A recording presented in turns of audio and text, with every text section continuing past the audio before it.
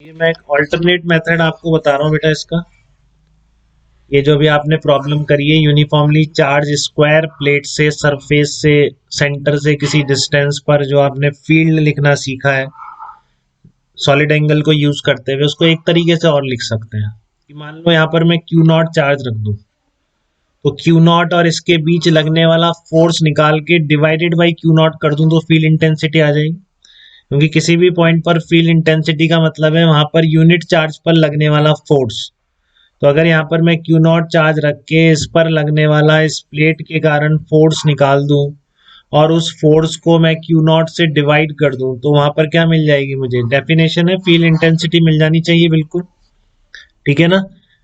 तो कैसे निकालूं मैं इंट्रैक्शन फोर्स, कैसे निकालूंगा इस पॉइंट चार्ज क्यू नॉट और इस यूनिफॉर्मली चार्ज प्लेट के बीच, तो वही लिखा मैंने, डी एलिमेंट लिया यहाँ पर, इन दोनों के बीच का फोर्स लिखा। तो फोर्स कितना होगा, D Q into E vector, यहाँ पर जो डी क्यू चार्ज है इस पर फोर्स कितना होगा, डी क्यू इंटू इसके कारण फील्ड कितनी है यहाँ पर, क्यू नॉट चार्ज के कारण फील्ड। तो क्यू नॉट चार्ज के कारण फील्ड आप कैसे लिख सकते हो, इसका चार्ज लिख दिया मैंने सिग्मा इंटू डी ए, ये लिखा है field due to Q naught, तो मान लो डी एफ आ गया आपका।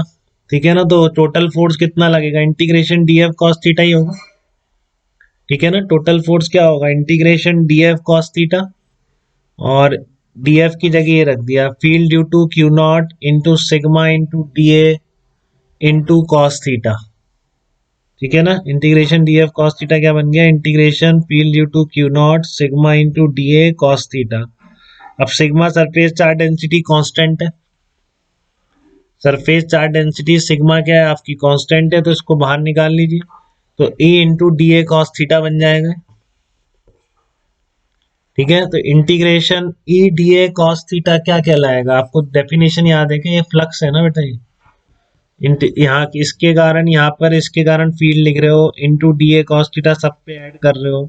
ठीक है। तो ये क्या है, क्यू का जो फील्ड है integration E D A cos theta, इस पूरी से निकलने वाला फ्लक्स नहीं हो गया, flux crossing the surface due to Q naught. ठीक है ना। अब यहाँ पर आपने फिर से एक तरह से वो सॉलिड एंगल यूज किया, बट वो रिजल्ट याद कर लेते हैं लोग। देखो क्या है, गॉस लॉ क्या है, गॉस लॉ भी पढ़ाऊंगा, भी छोटा सा आपको इंट्रोडक्शन दे रहा हूँ कि किसी भी क्लोज सरफेस, जैसे मान लो ये पूरी क्लोज सरफेस है, ठीक है ना, तो किसी भी क्लोज सरफेस से किसी भी क्लोज सरफेस से पास होने वाला फ्लक्स क्या होता है, Q in upon epsilon not होता है। तो ये आपका क्यूब है, इसके सेंटर पर अगर आपने रख दिया चार्ज क्यू, तो किसी एक फेस से कितना जाएगा, पूरे क्यूब से कितना जाता है, क्यू बाई एप्सिलॉन नॉट। ये गॉस लॉ भी देख लेंगे वे कि किसी भी क्लोज सरफेस के अंदर चार्ज रखा हुआ है तो उस पूरी क्लोज सरफेस से पास होने वाला फ्लक्स कितना होता है, क्यू बाई एप्सिलॉन नॉट। तो एक सरफेस से जाने वाला कितना होगा, क्यू बाई 6 एप्सिलॉन। ठीक है ना। पूरे सेंटर पे क्यूब चार्ज रखा हुआ है क्यूब के, तो टोटल पूरे क्यूब से क्यू बाई एप्सिलॉन नॉट निकल रहा है फ्लक्स, तो एक सरफेस से कितना पास होगा, Q by 6 epsilon not pass होगा। ये जो बना integration E D A cos theta, ये आपको गॉस लॉ से एक्सप्रेशन पहले से याद है, क्यू नॉट बाई 6 एप्सिलॉन।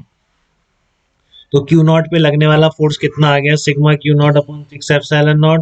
तो फोर्स पर यूनिट चार्ज कितना हो जाएगा, सिग्मा अपॉन 6 एप्सिलॉन नॉट हो जाएगा। तो जो लोग कहते हैं कि हम तो उस प्रॉब्लम को बिना सॉलिड एंगल के भी कर देते हैं, वो इस तरीके से कर सकते हैं। तीसरा तरीका इंटीग्रेशन है, उससे नहीं कर सकते हम, इतने हाई लेवल का इंटीग्रेशन हम नहीं पढ़ते।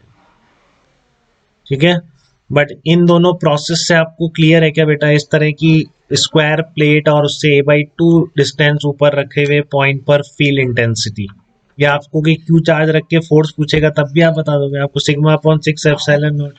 आप चाहो, बहुत कॉमन है, कभी मीन्स में हो सकता है डायरेक्ट भी दे दे इस तरह का प्रॉब्लम, तो आप सिग्मा अपॉन 6 एप्सिलॉन नॉट को ध्यान भी रख सकते हो, या प्रोसेस ध्यान रखो तो ज्यादा अच्छा है। फिर से मैं कहूँगा, ये सॉलिड एंगल से मैंने निकाला है ना जिस तरीके से, ये आपको, क्योंकि डिस्क में भी मैं एफ से डिराइव कर चुका हूँ सेम मेथड से, तो आपके फ्लो में आ गया होगा ये वाला मेथड, आपके प्रैक्टिस में आ जाना चाहिए कि आप इसको जरूरत पड़ने पर यूज कर पाओ।